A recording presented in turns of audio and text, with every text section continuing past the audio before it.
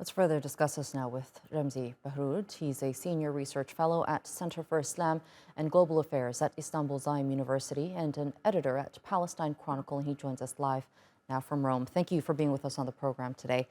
Now, the damage to the infrastructure in Jenin is immense. The water shortages in the city and the camp is a major issue, as well as resources at hospitals. What is life going to be like moving forward now for Palestinians there? Well, as we can imagine, when nearly 80% of an entire region, a refugee camp or a town or any other region is completely destroyed or heavily damaged, including the destruction of water and electricity infrastructure, one can imagine that life is going to be extremely difficult. Now, this is to be added to the difficulty and the hardship that existed in Jenin in the prior months and years.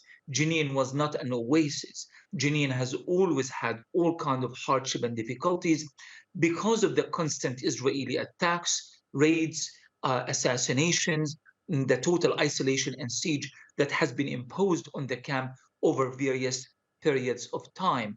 Added to all of this, basically, Jenin is destroyed. And this is not the first time that Israel destroys Jenin.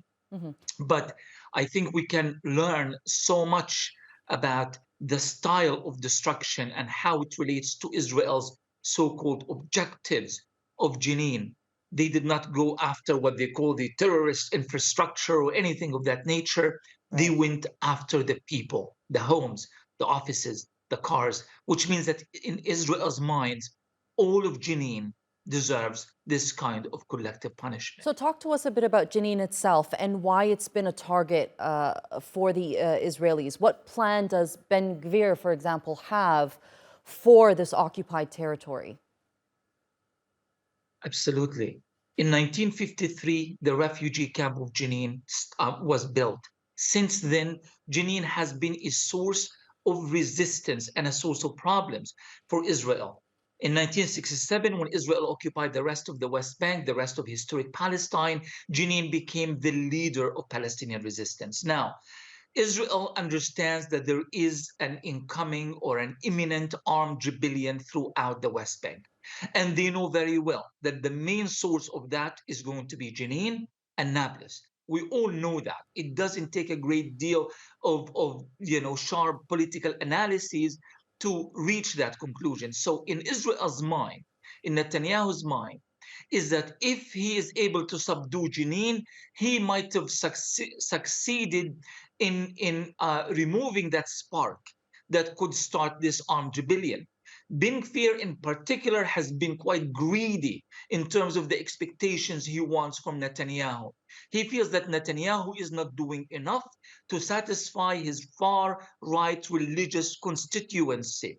Therefore, he wanted the Palestinians to be taught a lesson. Netanyahu does not want an all-out war against the Hmm. Palestinian resistance in the West Bank.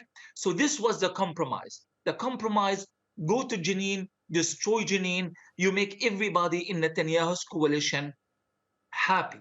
But the reason that I started with the history of Jenin Hmm. is it's completely unfathomable that a refugee camp that has resisted under the harshest of conditions over the course of decades is going to give up now. Right. I wrote a book about Jenin called Searching Jenin Hmm. in 2002 about the destruction of the camp back then.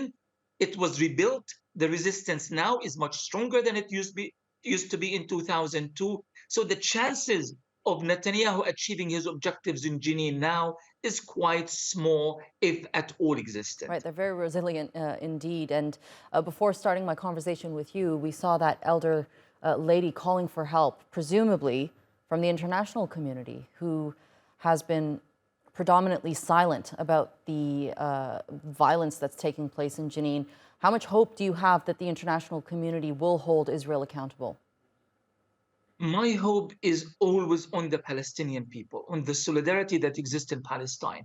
Second, on the Arab and Muslim ummah that is constantly, despite of the normalizations, despite of all the political failures and the disunity, it always feels that Palestine is at the center of Arab political discourses and Muslim political discourses.